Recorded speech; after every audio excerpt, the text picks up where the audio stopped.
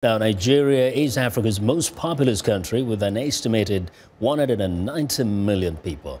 It's also the largest oil producer on the continent, but the West African nation has been thrust into the spotlight in recent years for the wrong reason: the rise of the Islamic militant group Boko Haram. Africa 54's Esther Githui-Ewart has our report. The roots of Boko Haram's movement began decades before most people heard of the terrorist group following the shocking abduction of 276 girls from the Chibok school in 2014.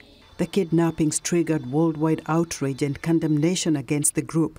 A recent discussion in Washington sought to shed some insight into the genesis of Nigeria's deadliest movement. Alexander Thurston, assistant professor of African Studies at Georgetown University, is the author of Boko Haram, the history of an African jihadist movement. Boko Haram, of course, got its name from its opposition to Western-style schooling, which it regarded as immoral and anti-Islamic. That was also maybe part of a broader opposition to Western culture, Western civilization generally.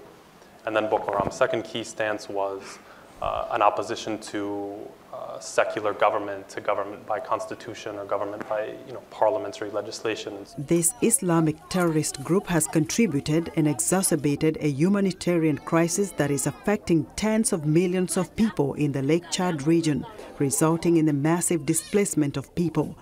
Thurston's book looks at the history of Boko Haram. It starts with the 1970s when the founders were growing up, then moves on to look at the early political and religious history of the movement, then turns to the kind of way that the group became an underground, jihadist and guerrilla movement after a mass uprising that it launched in 2009. In 2014-2015, the group carved out a territorial enclave in northeast Nigeria, where it continues to terrorize the region. Nigeria's military has been hunting the group without much success and is said to be losing trust among local communities. Jennifer Cook is director of the Africa program at the Center for Strategic and International Studies. But there is a role for the military, even to provide the space for the kind of structural changes that you need done, even perhaps to pressure the leaders to take negotiations seriously. But getting that military balance right is the key. Thurston, who is a scholar of religion with a particular focus on Islam and politics in Africa, says there are also political roots of Boko Haram and the Sharia movement. It had the support of politicians, maybe some of whom were believers, some of whom were opportunists. It had the support of a lot of different kinds of Muslim scholars. Most of the people who backed the Sharia movement were not interested in jihadism. They weren't interested in building an Islamic state by force. The group has reportedly weakened significantly in areas it controlled thanks to the multinational joint task force of Chad, Niger, Cameroon, Benin, as well as Nigeria's military.